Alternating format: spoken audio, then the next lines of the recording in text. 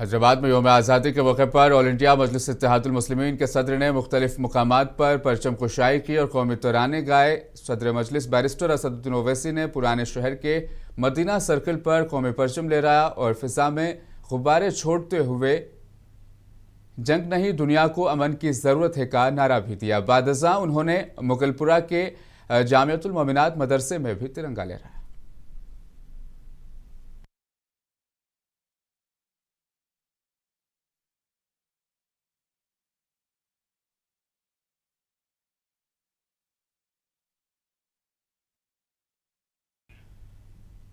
असदुद्दीन ओवैसी के बाद आपको अहम और बेहद खास तस्वीर हम दिखाएंगे अकबरुद्दीन ओवैसी की। उन्होंने भी आज कौम परचम लहराया है। हैदराबाद के चंद्रयान गुट्टा हल्के से ये खबर है, जहां पर यौम आज़ादी के मौके पर बंडलाखुड़ा के फातिमा ओवैसी एजुकेशनल कमीशन में कौमी परचम लहराया गया। तकरीब में तलबा व तालिबात ने जश्न में हिस्सा लिया।